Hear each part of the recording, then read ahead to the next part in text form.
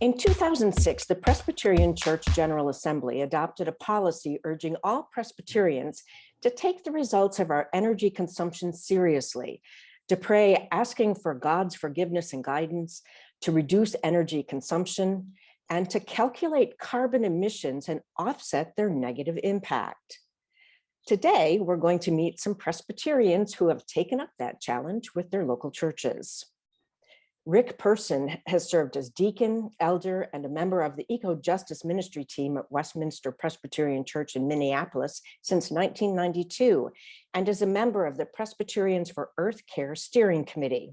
Sandy Wolf-Wood is chair of the Eco-Justice Ministry team at Westminster Presbyterian Church and works with the Social Justice Ministry team and the Westminster Town Hall Forum. Jeff Hill is a longtime member of the Westminster Presbyterian Church and part of the Eco-Justice Ministry team. And John Crampton is part of the Green Committee at Oak Grove Presbyterian Church in Bloomington, Minnesota. So I think it would be helpful to start with some definition of terms. What does it mean to be carbon neutral? And what does sustainability mean?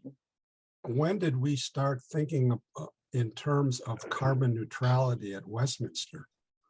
And it dates back to a policy that our session adopted. I think it was in about 2011. And it had to do at the time with our planning for a new addition to the church and coming up with some guidelines, environmental guidelines that would be important in building a large new addition to the church.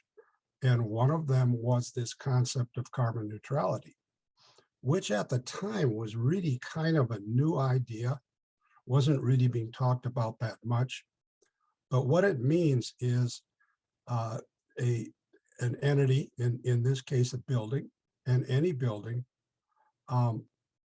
in the energy that it uses, it offsets that use either with renewable energy or some other way to cut down on its carbon emissions as to the greatest extent feasible. Carbon neutrality is probably the most important aspect of environmental justice these days, but it's one resource. And, you know, when we looked at eco-justice 20 years ago, we talked about running out of resources and sharing resources. And of course, that's the biggest part of environmental justice. It's not just saving the planet as such or keeping a species going, but the suffering of people around the world and the fact that we're using so much here and sharing it. So way back in the early days of environmental justice, we talked about population and running out of oil and running out of this resource. Who would have thought that the addition of carbon to the atmosphere, not the running out of oil, but the fact that going into the atmosphere is ruining the earth. So it's probably one of the most important now. But you know, a lot of these come down to the idea of living simply and sharing resources with others, and there's where sustainability comes in. So talk to us a little bit about the process that your churches went through to achieve sustainability goals. John, how did your church get started on this? Well, we got started on our goals in 2013. We came up with a long-range plan to be carbon neutral and to control all the water that fell on our building and our parking lot so that it didn't go into stormwater. And then an additional part of that was to sequester as much carbon as we could, either through our what we do with our building and our grounds or through our investments. So that's, you know, we laid that out. We went about it through conservation. So we cut our energy by a third by just converting to LED lights throughout our parking lot. And then we got rooftop solar, 20 kilowatts. We got membership in a community solar garden of probably about 50 kilowatts. And in addition to that, we get 100% from wind source. So we actually produce more. We produce more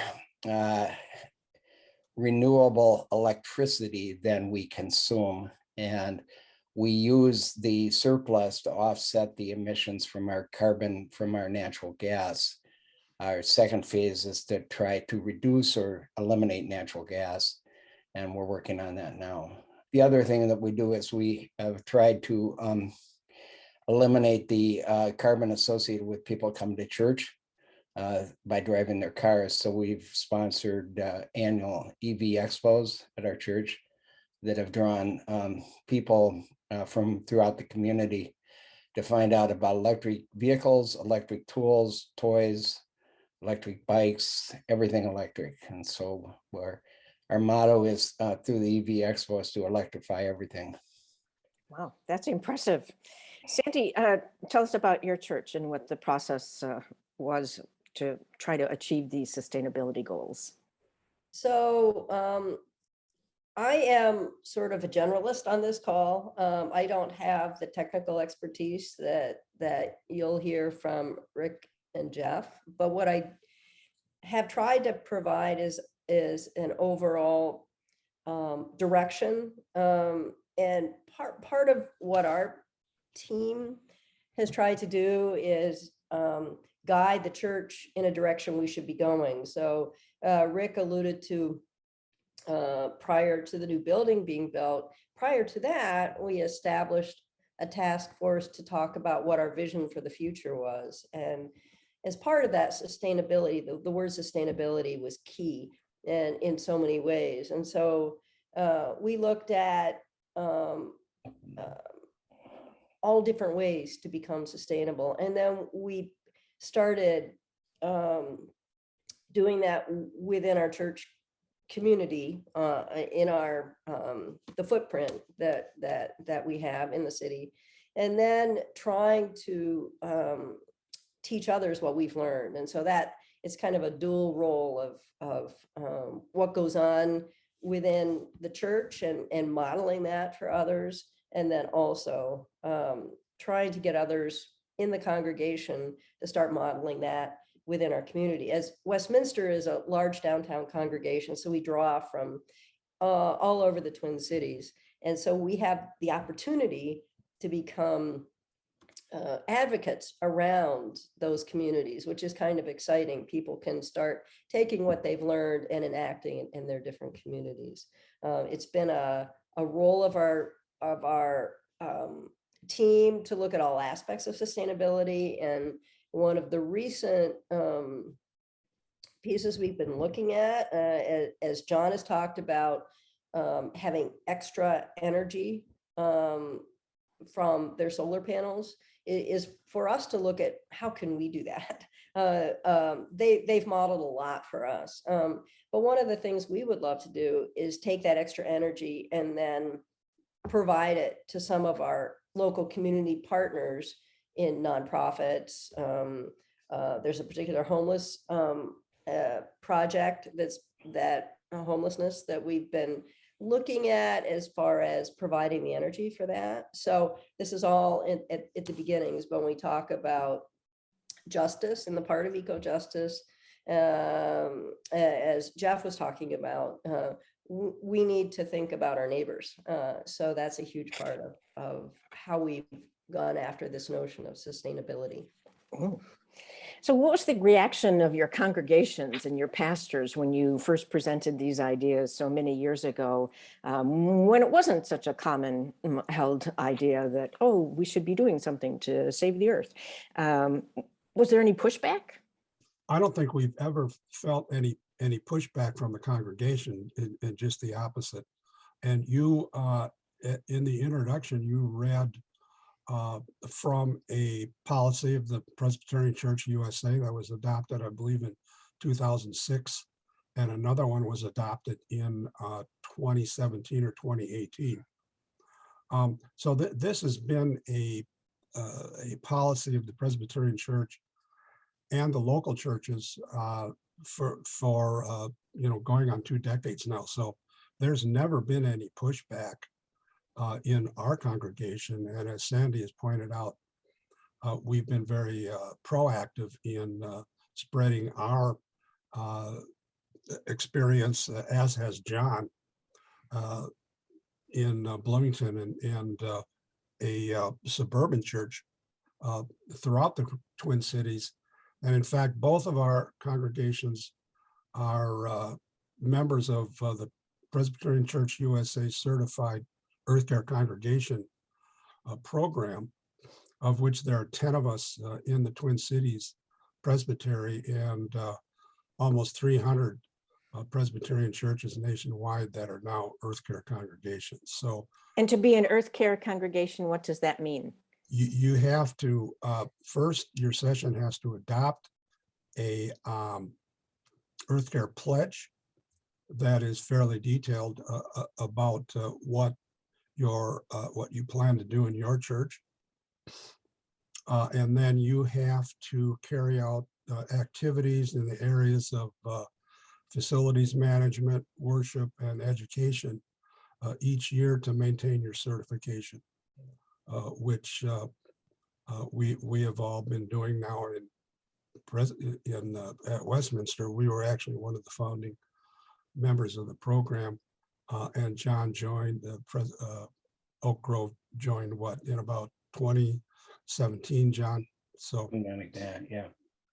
Yeah. Another thing that we've done, and I'd like to build on that and actually have other churches join us, is we've built a kind of a personal, or what you might call a family carbon pledge. Different actions that people can take to cut their carbon footprint. Real simple, like replacing your lights with LEDs, driving less, eating a different diet. We have the benefit here in the Twin Cities or in the state of Minnesota having a thing called wind source or wellspring, which are ways that people can get 100% renewable energy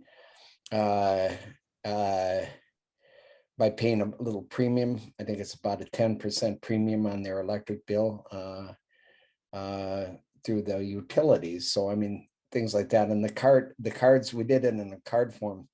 I really want to do it as an app where people can look at the action, and then based on where they live, they can see the contacts for getting more information. So it could be a very simple thing that could be shared with other congregations and done through not only congregations, but other groups that are interested in this kind of thing. So That's great. So some people might say that going carbon neutral is expensive. How do you respond to that? I can speak to our most recent step. Quite a while ago, we purchased a solar garden, and or partial ownership of a solar garden, and we're getting that. And that'll actually pay back over time. There's some unknowns in it. Solar panels do degrade over time, so you get a little bit less every year. But electric rates are going up faster than we expected. And our rates are fixed on the electricity from our solar garden, but they wouldn't be if we were purchasing it. So we could save a lot of money over time. Now, the most recent thing we did was add wind source to it. And we have electrical consumption in the hundreds of thousands of dollars, I believe. Rick, maybe you can correct me, but to switch that last portion to wind is going to cost us $4,000 a year. So if we're building our size, that's a very small amount of money. And this won't be news to Rick and Jeff, but I always bring up the point that if in a church you can't lead with a moral imperative, where can you do it? Right. Good point to that. So does it take a lot of resources to go carbon neutral? Can a smaller church do this? Well, we're fortunate. We've mentioned the word wind source, which is a program of our large electric utility here in the Twin Cities area, and actually in they operate in 6 states, called XL Energy, and they have a program that's called Wind Source, which any user of electricity that pays a bill to Excel Energy can sign up to receive wind wind source electricity from the utility. And both of our churches are doing that. And any individual or entity that owns a building can do that. So we're fortunate in Minnesota to have something like this available. It's not available from all utilities nationwide, but I think soon it will be. I look at that in terms of a couple of things. First of all, it's a way of attracting new members. The fact that we have solar panels on our church, very visible on the corner that we inhabit. And when we put up a sign saying EV Expo, we do it a month in advance. And we have all kinds of people that are coming to our church for that reason. The other thing is talking about this perception. Solar and wind are cheaper than coal or natural gas. So the cheapest forms of energy that we have available. They're cheaper than nuclear.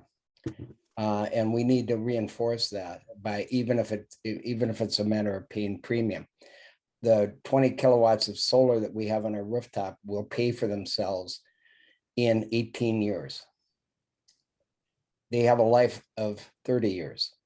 So that's 12 years of free electricity from those panels. That, not our overall thing, but from, that's 30% of our electrical consumption will be free after 18 years. And that's the kind of thing that we need to reinforce. Right. I'd like to add just one other thing to that is another church in our metro area has done something that John alluded to, and it's people can see the solar panels, and it actually encourages people to think a little bit more about it. And that's exactly what this church did. They put solar panels over the entry canopy that people have to come in part because they want people to be thinking about this. And that's actually figured into, as Jeff mentioned, we are part of a solar garden, but it's figured into maybe what do we do next? Do we put solar panels on our roof and make it much more obvious that this is one of our values? So. Yeah, at any time we can get a readout on a iPhone or on a computer of what our production was. So we just put it on a big monitor and have it right there. We've been closed because of COVID, but in times when we have been open, that's been something where you can literally just stand by the monitor and people can come up and say, hey, what's that? And you show them and they go, wow, how do I get that? So, oh, that's great. So John, you mentioned, the people driving to church, and you've been having these expos for electric vehicles. What's happening at Westminster? Do you take into account that most people drive to church, and is that part of your sustainability equation? So in our plans for the new building, we have on that list electric chargers, and we have encouraged people to go to the expos that John is talking about, and it's in our plan for next year to host one of those ourselves. Yes, our congregation comes from as I was saying, all over the metro, so people drive. As in the beginning part of this past decade, though, we did bike to church days in the summertime, which was another way of getting people to stop and think about how often they use their cars. That's neat. What advices would you give to other churches that want to pursue similar activities? I'll go to the other committees of your church and tell them what you're doing, and get their ideas. I think we're not the building and ops committee, but we have a lot of members of the building and ops committee. Our mission committee actually paid for the 2 level 2 chargers that we have. One of our things is to look at different ways that low-income people can finance energy improvements through things like Kiva loans and other types of non-interest loans that are pretty common. And then tying in, and we're fortunate in Bloomington, and you guys are in Minneapolis, that you have very strong sustainability efforts in your communities, and so you can tie into that. Very, very much so, to say, how do we integrate our efforts? One idea that we have that we're looking into, and in fact, we may refer these people to you, as there's a program called Our Car in the Twin Cities, and it's basically a very low cost rental of electric vehicles for low income people, and so we're thinking about some place where they could charge, their cars and maybe use as a base. And they said, well, we like what you're suggesting, but we'd like to have a more urban location. So maybe we're going to refer them to Westminster. Well, Great idea. let me promote one more time. If you're a Presbyterian church, definitely look into becoming a certified Earth Care congregation, because as soon as you do that, you're going to be involved in improving your facility's carbon footprint as part of the program. And I believe, do we have about 1,700 congregations in the Presbyterian Church USA, something like that, and less than 300 of them are Earth Care congregations. And also the Methodist Church, Lutherans, Roman Catholic, all of the denominations and various faith community organizations have similar programs. So any church in North America can look into becoming what is called in the Presbyterian Church an Earth Care congregation. Thank you, Rick, Sandy, Jeff, and John. I'm Jan Ingmeyer for Different Drummers in the Greater Chicago Broadcast Ministries. Keep the faith.